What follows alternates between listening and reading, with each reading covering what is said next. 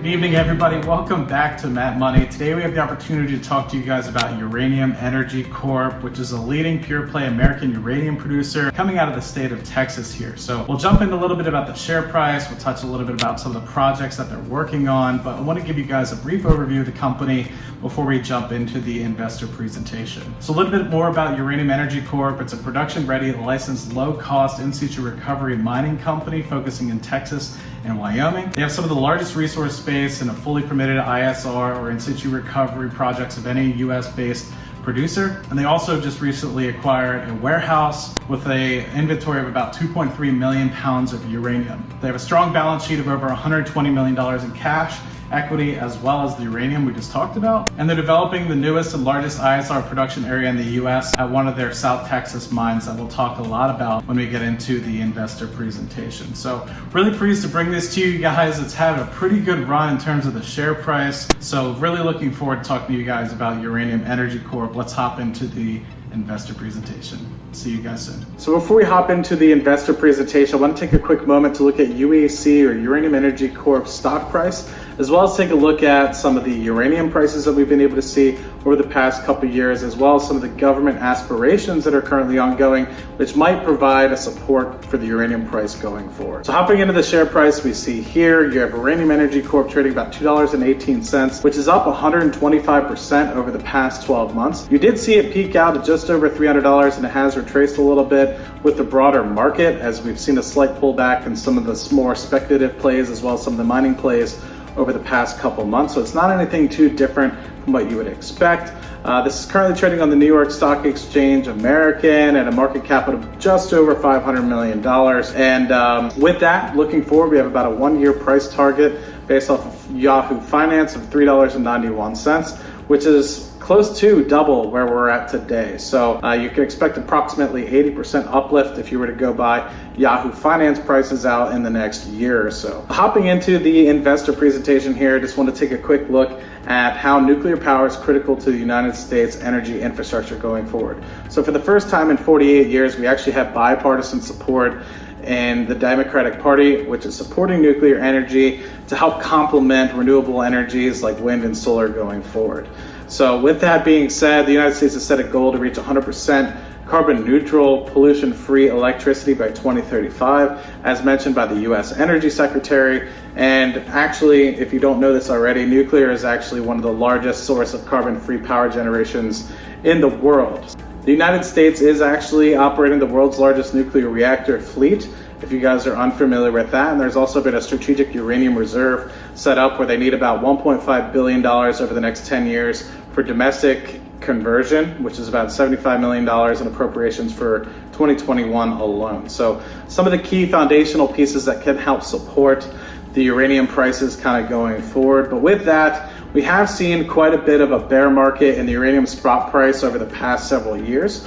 Currently, uranium price is around $32 a pound as we talk about this in mid-July, which is an 80% increase of the November 16 low, just over $17.75. So we have seen a recovery of the prices over the past 4 years, but they are still down quite drastically from all-time highs back in the 2008-2009 timeframe, which just means if supply continues to dwindle, which we can talk a little bit about in this presentation, it seems like there might be more upside comparatively to where there could be more downside. So talking specifically about Uranium Energy Corp's actual production and some of the plays that they're currently investigating, what you can see in this particular display here is the fact that there's probably going to be 3 different things you need to look for. There's currently developed resources that are currently producing, there's exploration resources, as well as the NT, which we're actually talking about near-term production potential. So one of the key things I want to touch on is there's 58 million pounds of uranium measured and indicated, which is pretty substantial. It's about $1.7 billion worth of uranium just sitting in the ground. There's additional 45 million pounds of inferred uranium as well. So one of the key ones that we're going to be touching on a lot is the Hobson processing plant in South Texas, and that is pretty cool. It's like a hub and spoke sort of way where they have a big central processing facility and they're going to continue to develop resources throughout that. We'll touch a little bit about that, but it's just a pretty astonishing the amount of different resources that they have throughout the United States, a little bit in Canada, and also a place in Paraguay as well. So touching quickly on the U.S. Physical Uranium Initiative, why they bought 2.3 million pounds of U.S. uranium and they put it in a warehouse. They're going to be able to deliver that from March 2021 to June 2023 with future prices, and I think the hope is that this is probably the lowest that they'll see the used uranium prices. So they're able to put those on the books and sell them for basically below cost what they're at now. So if uranium continues to increase and rally from where it's seen over the past 4 years, then we'll continue to be able to utilize that and provide cash on the books for UEC. One of the key things I want to touch on in this particular slide is the top shareholders who obviously have internal management holding a large piece of the company, but you also have BlackRock, Vanguard, State Street, Fidelity, UBS, and a lot of these other key funds that you would expect, big institutional investors as you would expect, because they are a member of the Russell 3000. So that being said, you obviously have to have this large institutional investment within here, but you also have smaller companies and family offices like Sprott, KCR, and Global X Management as well. So if I were to talk a lot about what is the most prime piece of real estate that they have, where they're going to be able to continue to develop going forward and have near-term production, you'd look at the hub and spoke production strategy they have at the Hobson processing plant here, and you can see that there's multiple different UEC projects, or Uranium Energy Corp projects that they have in this uranium belt that is kind of going through South Texas. Key thing, Hobson is fully licensed and permitted. The processing plant is up to 2 million pounds per year of physical capacity that they're going to be able to do. And what we're talking about is this hub and spoke. So Hobson, which is the central processing facility you have here, has the ability to connect up to all these different spokes here, where that's basically what we're going to be looking at. So you have a $10 million initial capital expenditure, which is going to take about 6 months in order to construct. But then you have a low cost cash of developing, which is $21 per pound during operations time frame. Keep in mind that the current spot price is around $32 a pound. So you're gonna be able to get that margin between about $11 per pound, just based off of that, not to mention the price increases going forward. You have fully permitted, including the expanded mine permits as well. Received a 10-year renewal back in 2019, so they have the ability to produce this out until 2029. And you have major permits being issued currently for Goliad and the Burke Hollow projects in here as well. So diving a little bit more in the Hobson hub and spoke sort of project, you have the Burke Hollow ISR project here, the discovery of 6 different trends since 2012. You have 7 million pounds and 4 million metric tons of grading, which is up to 0.088 uranium. Leach amenability testing indicates recovery of greater than 90% of that. 20,000 acres located 50 miles from the processing facility, and currently 50% of the property is unexplored. Specifically talking about the Burke Hollow, as they have applied for permits, it's the newest and largest ISL well field being developed in the United States currently. So looking specifically at the 2021 production area, they have a plan to complete all exterior and interior wells, including additional 45 monitoring wells. Permitting activities continue to include sampling and pumping tests in anticipation of commencing production activities in the near future.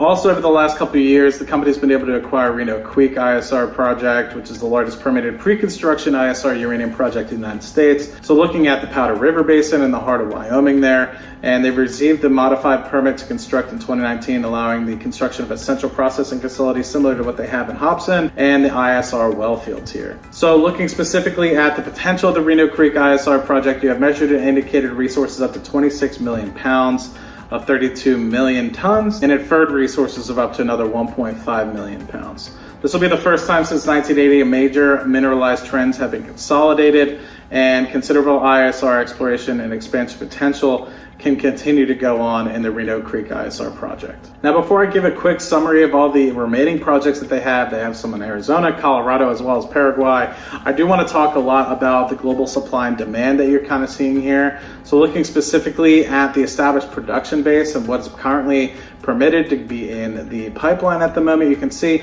we peak around the mid-2020s here at about 175 million pounds per year and continue to dwindle off in time. With that being said, you also have the requirements going forward for the needs as people continue to build more and more nuclear power plants across the world. Now, for those of you guys that are interested in looking at the entirety of the resource base that Uranium Energy Corp has, feel free to pause here and look specifically at the 58 million pounds that they have in terms of measured and indicated resources across the entire portfolio, and the additional 45 million pounds that they have of inferred resources. I want to say Uranium Energy Corp is in a market where they continue to have demand comparatively to a dwindling supply. You have 444 operating reactors across the world, 51 that are currently under construction, 55 nuclear reactors that have been connected since 2012, and an approximate 2.5% compound annual growth rate nuclear growth expected between 2020 and 2027 timeframe. So looking specifically, you can see that China has the opportunity to triple nuclear power by 2030 timeframe. India plans on building 21 new nuclear power plants by 2031 timeframe. And you have several others that are currently looking to expand or as well as elongate their current production facility life for the nuclear power plants. So bottom line for the market, there's demand growth, 55 reactors being added to the grid over the past 8 years, 52 reactors under construction, and there's continuing to be nuclear generation recovering beyond pre-Fukushima levels. Strategic interest in physical inventory for producers, developers, as well as financial buyers. The Department of Energy's historic announcement to buy 17 to 19 million pounds of mined uranium starting in 2021, which is a $75 million appropriation specifically for 2021. You also have strong bipartisan support to be able to help support the wind and solar energy, as well as just the Over Clean Energy Act and trying to align with the 2015 Paris Agreement.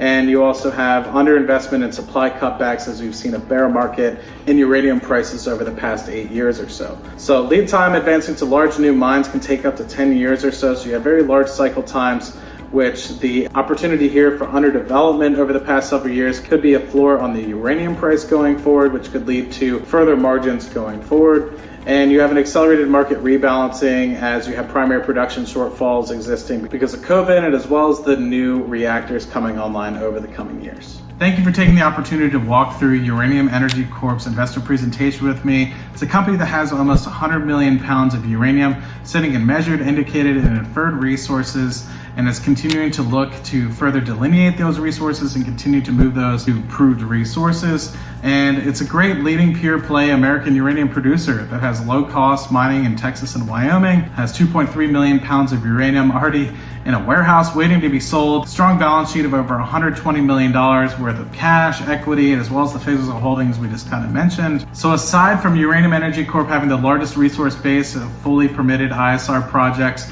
of any US-based producer, they're developing the newest and largest ISR production area in the United States at the Hobson Central Processing Facility. So feel free to take a look at this $500 million US uranium producer in the state of Texas. Hope you guys enjoyed this one. I'll see you guys on the next video.